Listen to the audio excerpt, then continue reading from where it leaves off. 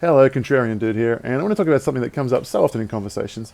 You'll be talking about someone about their pet project, and they believe the government should step in and do X, Y, or C. It could be, class wars, race wars, gender wars. There's so many things going on right now. It's every other day you're speaking to somebody about one of these things, and you'll pound them with facts and issues and numbers. Like, here's where it doesn't work, and here's the negative consequences, and here's why, even though it might be a good thing, it doesn't cost too much. And they revert to, well, I just think that in a civilized society that X. And this just says so many things. It's an admission that they lost the debate. The debate's over. I don't care about the facts. I just feel a certain way. And that's the emphatic end of the conversation. And they say it, then they hinge their something on this is a civilized society, or sometimes it's some other phrases.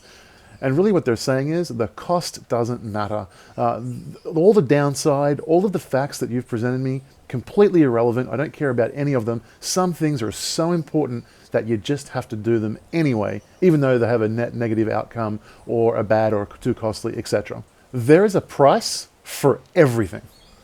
I know that's for a lot of people, that's like, oh, no way, dude. There are some things that are just so important. My child's life, my own life, etc. No. There is a price for everything. And let me be specific about this. Let me choose something that's so heinous and horrific that there couldn't possibly be a price for.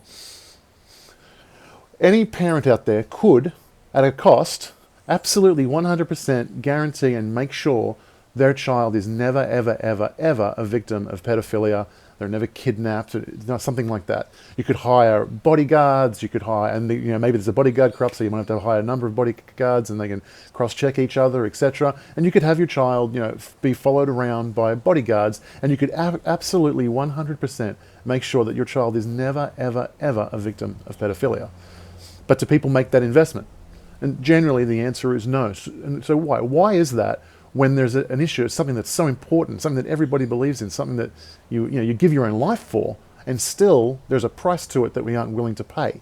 How is that, and why does it work? And the answer is that in our life, there are an infinite number of threats. Now things begin to make sense. It's okay, well, I could hire a bodyguard for my children, etc., but if that means that I'm not going to be able to pay the rent, and we're going to be living in a cardboard box, well, now I've got worried about my child dying of pneumonia instead of being a victim of pedophilia. And when you realize this concept that we have an infinite number of threats facing us, now it becomes obvious there is in fact a cost to everything. And sometimes the costs aren't even economic. For example, you could, at a cost, absolutely 100% guarantee that you never in a car accident, never get killed in a car accident at all. How would you do that? Just never cross the road, never leave your block. And in today's society, a lot of people work from home. If there's a grocery store on your block, you really never have to actually leave your block. But the social cost is so incredibly high that very few of us would ever pay that price. Even things like whether or not you should travel overseas, you can even get into a thing where a life unlived is a life wasted. So absolutely every single thing in life, no matter how sacrosanct you think it is, it actually does have a price. So now we understand that everything has a price. Now we really begin to understand the value of the pricing mechanism as well. See, in the example of the parent not choosing to hire a bodyguard to follow their child around, what they're doing is they are pricing the cost of protection against one threat versus the cost of protection against another threat, which was the dying of pneumonia because they're not living in a house. Now, a critical component to pricing things is a voluntary market. Without a voluntary market, there is no pricing mechanism. It is destroyed.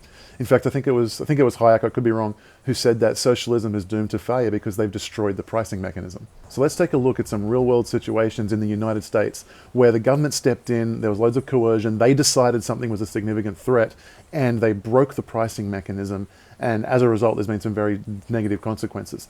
If we go back about 20 years, the idea of, say, like a China militaristically defeating the United States was just unfathomable.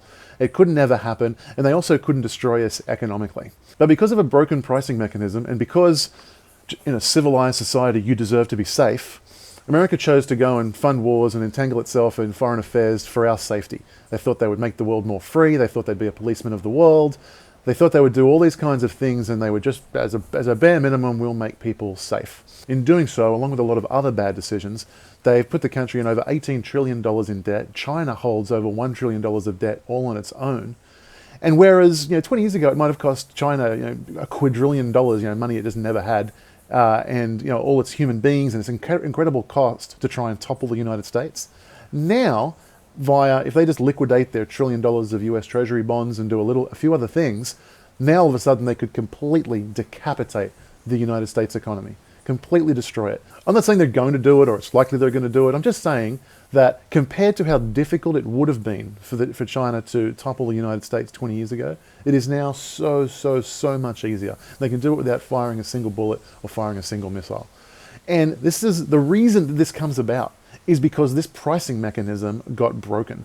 The threat of bankrupting ourselves was not priced properly against the militaristic invasion. So I hope you found this video interesting. I remember the first time someone shared with me that everything has a cost. I found it very confronting. But it takes time for it to sink in a little bit, but at the other end you understand that it absolutely does, and you need to weigh up the costs and benefits of absolutely everything. And that's why the pricing mechanism and freedom is so important. Without the pricing mechanism, there's no way to price different threats, and you spend all your money on something and you dig yourself in a bigger hole over here. And so the pricing mechanism is very important. And the basis of the pricing mechanism is voluntarism. So I hope that helps. And if you like this video, please share it, like it, comment below, tell me I'm wrong. Love to hear from you. I'll see you soon.